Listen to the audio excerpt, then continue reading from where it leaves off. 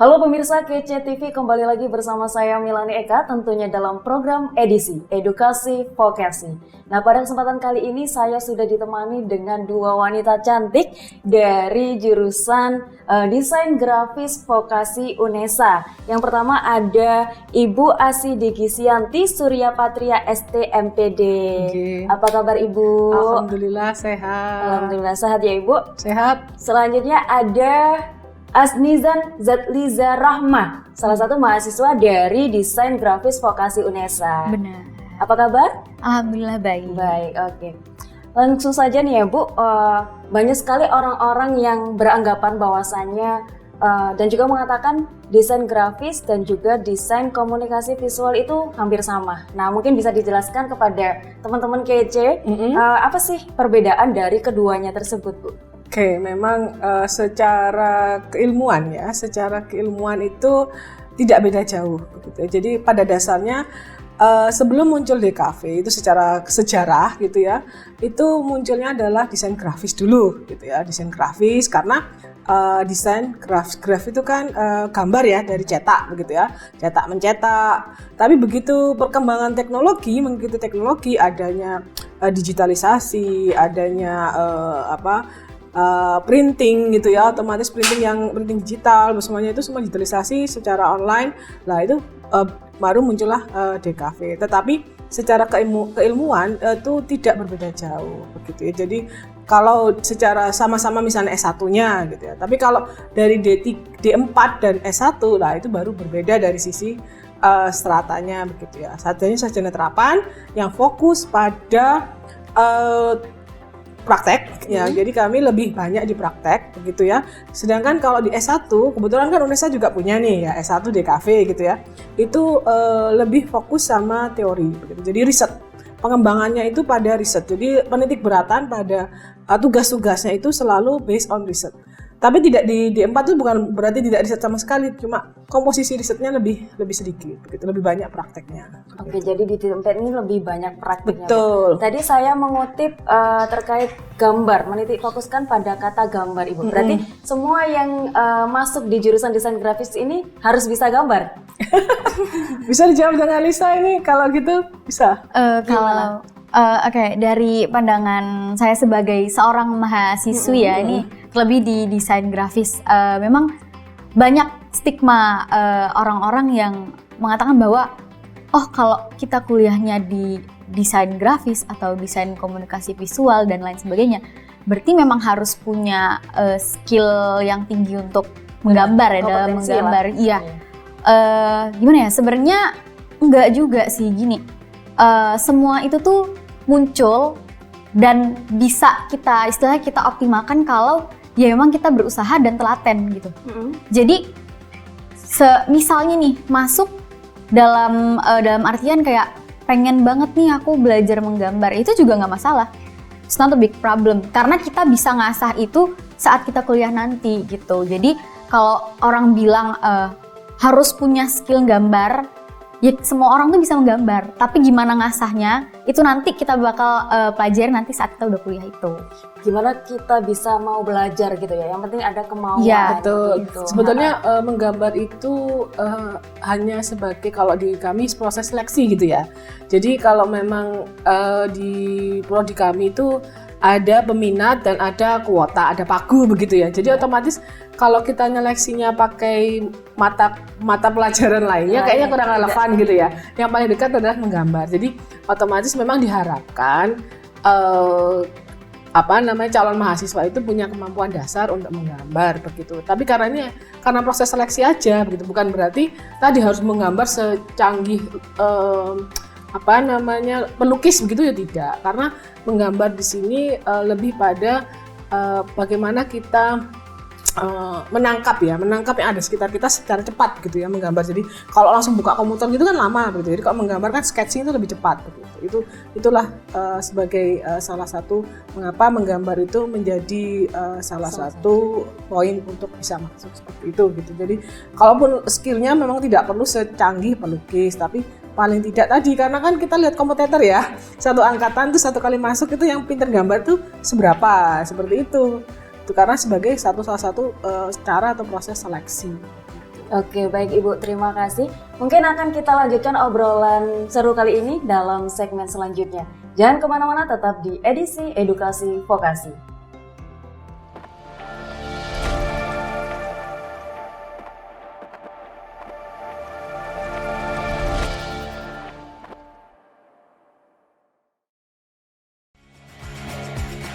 Halo apa kabar pemirsa? Halo, apa kabar pemirsa? UNESA gelar FGD bersama Ditjen Kerjasama TTAL TNI Angkatan Laut dengan UNESA. Dalam rangka memperingati Hari Kesehatan Mental Sedunia, Satuan Mitigasi Krisis Center SMCC Universitas Negeri Surabaya UNESA menerima kunjungan Profesor Dr. H.C. Dahlan Iskan pada Sabtu. Saya, Mufti Alfarobi.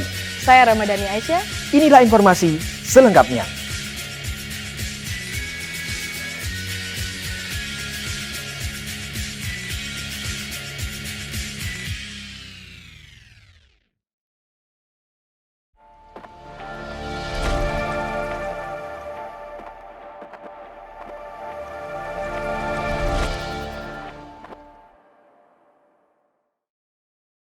Baik teman-teman Kece TV, mari kita lanjutkan obrolan seputar desain grafis bersama dengan Ibu Asi dan juga Mbak Lisa. Nah, pada segmen kali ini kita akan bermain games seputar pertanyaan tentang desain grafis. Untuk yang pertama mungkin boleh dari Ibu Asi.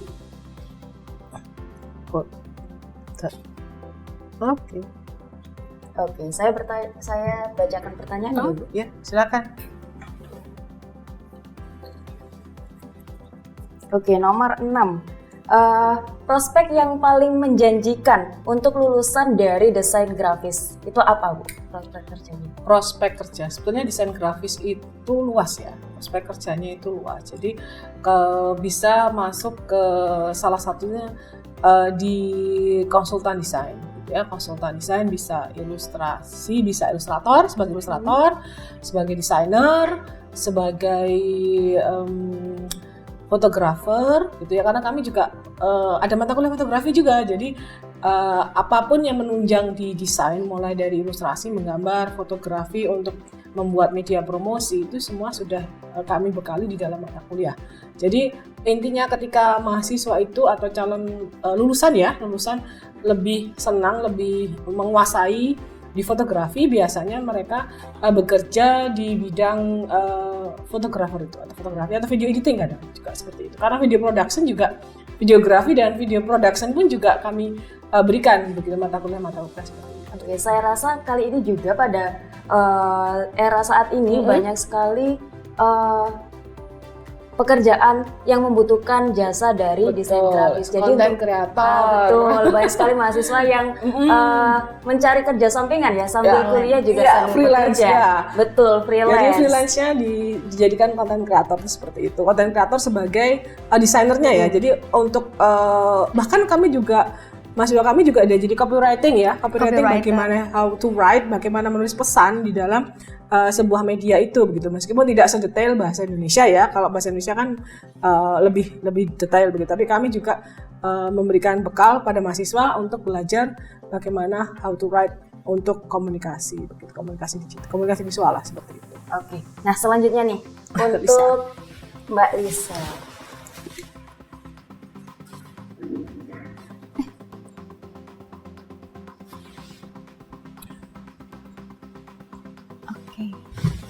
Saya buka. Pertanyaan nomor 6. Nah, di sini untuk Mbak Lisa. Alasan mengambil jurusan desain grafis. Alasan mengambil jurusan desain grafis. Yang pertama itu karena ya emang ngerasa bahwa passionnya di situ, di gambar. Jadi sebelumnya punya ketertarikan di bidang menggambar ya, dan UNESA ternyata punya nih, jadi ya udah akhirnya ngambil desain grafis karena ya ngelihat bukan prospek kerja sih, maksudnya kemarin ngelihatnya ya pokoknya prodi ini, jurusan ini tuh cocok buat aku gitu. Iya, jadi ya udah kemarin akhirnya ngambil desain grafis. Untuk sebelumnya sudah masuk di maksudnya masa kuliah sekolah itu SMA atau SMK? SMA justru punya passion di desain grafis ya. Biasanya kan SMK nih yang punya minat masuk ke desain grafis. Nah, jadi buat teman-teman semuanya, baik itu lulusan SMA tidak menutup kemungkinan buat bergabung bersama dengan jurusan D4 Desain Grafis di Vokasi UNESA. Oke, untuk selanjutnya kita berbincang lagi lebih luas lagi di segmen terakhir. Jangan kemana-mana, tetap di edisi Edukasi Vokasi.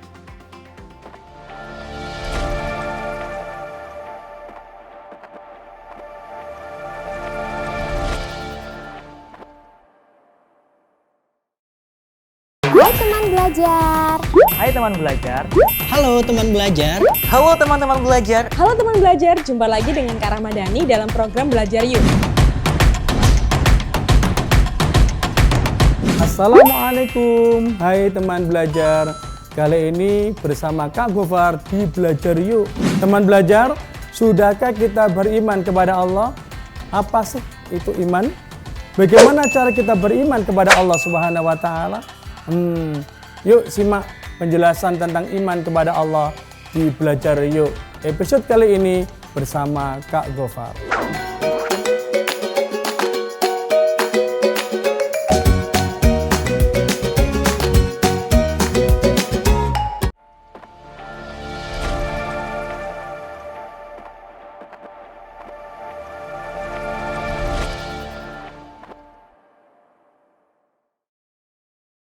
Oke, masih bersama saya Milana Eka, dan sebelum kita akhiri perbincangan ini mungkin saya ingin bertanya terkait statement menurut Ibu dan juga Mbak Lisa sendiri terkait desain gratis gitu yang Desain mengatasnamakan teman nih.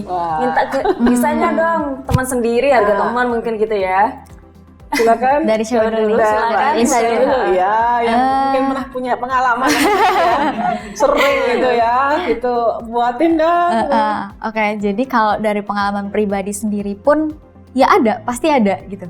Apalagi baru masuk banget nih. Kita masih ospek, belum masuk ke perkuliahan. Kamu udah masuk di desain ya? Wah, bisa nih kalau minta desain ke kamu gitu. Terus ya udah berarti free kan karena kita teman. Itu pernah kayak gitu. Baru padahal mereka belum tahu effortnya iya, ya.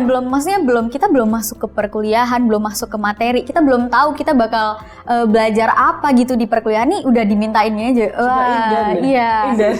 Jadi inden gratis, inden bayar nggak apa-apa, inden gratis. Jadi ya pendapatnya ya gimana ya? Kalau kita ngelihat dari seorang desainer itu sendiri kan pasti juga butuh effort yang banyak ya. Iya, banyak banget ya. Maksudnya kayak kita perlu brainstorming, kreativitas juga. kita perlu gimana sih kita merealisasikan ide kita itu, dan yang mahal itu sebenarnya ide dari seorang desainer. Yang paling mahal itu adalah idenya. Tuh. Jadi buat kalian yang masih suka minta harga teman atau malah gratis gitu, tolong dipikirkan baik-baik nih demi kesejahteraan. Dan jangan harap ekspektasi yang besar gitu ya. Kalau misalkan minta harga teman. Ini demi kesejahteraan para desainer. Oke, nah menurut Ibu sendiri bagaimana Ibu? Oke, itu memang ada ya, dalam arti sering terjadi begitu ya, karena ini persepsi atau pandangan masyarakat itu ketika kita bekerja itu hanya di depan komputer gitu, hanya klik drag gitu ya. Padahal itu komputer itu tidak semudah itu gitu. Jadi kami itu sebagai desainer ya, terutama itu sebelum masuk ke komputer itu juga melakukan riset gitu ya. Kita juga browsing dulu, mencari yang ada di luar sana, kemudian bertanya ke sana kemari, observasi, dan itu tuh juga proses gitu ya. Jadi kalau yang mungkin dilihat di hadapan desainer itu hanya di depan komputer, kemudian hanya hanya crop sini, klik terus drag dan hapus, itu tidak seperti itu. Sebenarnya proses di sebelumnya itu sudah dilalui, cuma yang terlihat hanya ketika eksekusi itu hanya bagian seperti itu. Jadi sama juga ketika membuat, kalau kita punya tetangga yang membuat boga gitu ya, masak gitu kan. Masak itu kan yang kita lihat tidak hanya makanannya gitu ya, bagaimana membuat makanannya gitu ya, mengadon, kemudian menguleni. Kalau buat donat itu kan susah gitu ya. Kan kalau yang kita lihatnya hanya ketika sedang dihidangkan gitu. Jadi kan effort itu yang mungkin kalau dilihat secara nyata itu tidak terlihat memang. Kalau boga masih kelihatan ya, ada bahannya, kita bisa beli bahan. Lah ini nggak ada bahannya, tapi kita harus membeli ide tadi itu secara waktu paling tidak waktu gitu ya. Kita kan berkorban waktu, berkorban at least listrik gitu ya. Listrik ya. Pulsa gitu kalau browsing. Ya kuota itu kan juga browsing gitu ya, nggak gratis gitu. Nah, itu kan juga harus dipikirkan seperti itu gitu. Jadi hal-hal seperti itu yang mungkin terlewat ya bagi masyarakat awam mengenai desain. Jadi dipikir hanya itu tadi, hanya di eksekusinya itu, padahal prosesnya tidak sedemikian sederhana gitu. Oke, baik Ibu. Untuk yang terakhir, mungkin bisa diajak buat teman-teman semua yang buat adik-adik juga calon mahasiswa untuk bisa bergabung dengan vokasi desain grafis UNESA. Oke, vokasi silakan. Inisa dulu, nanti baru saya. Oke, jadi buat ini yang masih bersekolah ya lebih tepatnya. Yang masih calon mahasiswa baru, terlebih calon maba Universitas Negeri Surabaya. Aku cuma mau nyampein satu pesan sih, maksudnya kalian itu jangan terlalu mikir yang jauh-jauh untuk aku bakal kuliah apa atau aku nanti setelah lulus tuh jadi apa. Jangan dulu mikir ke situ, tapi pikirin gimana kalian bakal ngejalanin kuliah kalian itu dengan senang hati dan dengan ikhlas. Jadi emang ya udah, kalau kalian punya satu passion, coba dalami mulai dari sekarang dan yakini diri kalian sendiri emang kalian cocok nggak di bidang ini. Nah, kalau kalian udah punya keyakinan akan hal itu, semuanya akan berjalan dengan sendirinya. Nah, jadi apalagi buat calon-calon desain dari desain grafis Universitas Negeri Surabaya, aku tunggu kalian di Universitas Negeri Surabaya. Oke, sudah ditunggu kakak cantik nih ya. Dan selanjutnya dari Ibu mungkin? Ya, intinya ketika untuk calon mahasiswa ya yang ingin masuk di desain grafis, terutama D4 begitu, yang penting intinya tadi betul motivasi begitu ya, motivasi, disiplin diri begitu. Ketika sudah masuk itu memang mungkin berbeda begitu ya, berbeda dengan jurusan lain ya. Ketika teman-teman jurusan lain belajar dengan membuka buku, tetapi di desain grafis itu belajar dengan mengerjakan ya, learning by doing begitu ya, langsung menggambar, langsung melakukan begitu, seperti itu. Jadi memang ketika D4 ini muncul, jadi otomatis dengan praktek gitu ya. Jadi kami langsung, mahasiswa itu langsung mengerjakan dan melakukan apa yang dipelajari. Gitu. Cuma Ibu, karena kalau misalkan dipikir aja nggak apa-apa, bisa jadi. Betul, jadi lebih pada praktek begitu. Jadi kalau memang lebih senang praktek gitu ya, bisa join atau bisa gabung di D4. Tetapi kalau bagi calon mahasiswa tadi yang lebih senang riset ya, melakukan riset, melakukan penelitian yang lebih dalam, nanti bisa arahnya ke DKV S1. Itu diferensiasi dari kami begitu. Meskipun kami dari satu sisi masih keilmuan yang sama, tetapi di D4 itu lebih porsinya lebih banyak di praktek begitu, dan juga dekat dengan IDUKA, dekat dengan praktisi begitu ya. Kami setiap waktu gitu ya, hampir setiap bulan begitu ada praktisi yang mengajar di dalam kelas begitu. Itu bedanya di situ. Jadi ketika sudah siap magang itu sudah ada yang menampung. Oke, baik Ibu, terima kasih. Jadi dan siap juga kerja. Oke, jadi lulusan desain grafis sudah siap kerja ya Bu? Betul, siap kerja. Oke. Baik Ibu, terima kasih, dan juga Kalisa sudah menemani perbincangan Milani dalam edisi kali ini. Nah, buat teman-teman jangan takut dan jangan ragu, mari bergabung bersama kami di D4 Desain Grafis Vokasi UNESA. Untuk mengetahui lebih luas lagi apa saja yang ada di Vokasi UNESA, tetap saksikan edisi Edukasi Vokasi. Saya Milani Eka, pamit undur diri dan sampai jumpa.